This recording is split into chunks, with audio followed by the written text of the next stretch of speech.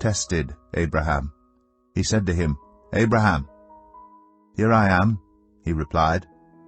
Then God said, "Take your son, your only son, whom you love, Isaac, and go to the region of Moriah. Sacrifice him there as a burnt offering on a mountain I will show you."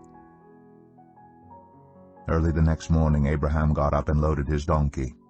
He took with him 2 of his servants and his son Isaac. When he had cut enough wood for the burnt offering, he set out for the place God had told him about. On the 3rd day, Abraham looked up and saw the place in the distance. He said to his servants, "Stay here with the donkey, while I and the boy go over there. We will worship, and then we will come back to you."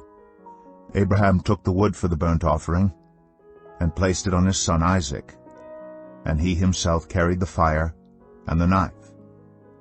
As the 2 of them went on together, Isaac spoke up and said to his father Abraham, "Father?" "Yes, my son," Abraham replied.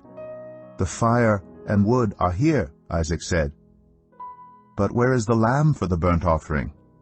Abraham answered, "God himself will provide the lamb for the burnt offering, my son." And the 2 of them went on together. When they reached the place God had told him about, Abraham built an altar there and arranged the wood on it. He bound his son Isaac and laid him on the altar on top of the wood. Then he reached out his hand and took the knife to slay his son. But the angel of the Lord called out to him from heaven, "Abraham, Abraham, here I am," he replied. "Do not lay a hand on the boy," he said. "Do not do anything to him. Now I know that you fear God, because you have not withheld from me your son, your only son." Abraham looked up, and there in a thicket he saw a ram caught by its horns.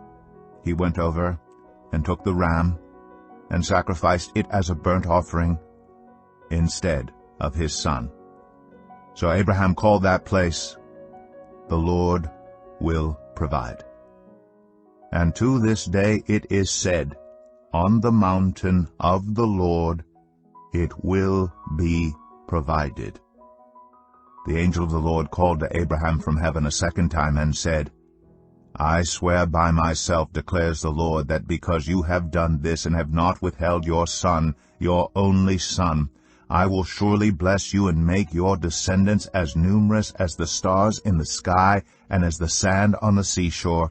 Your descendants will take possession of the cities of their enemies, and through your offspring all nations on earth will be blessed because you have obeyed me." Then Abraham returned to his servants, and they set off together for Beersheba, and Abraham stayed in Beersheba.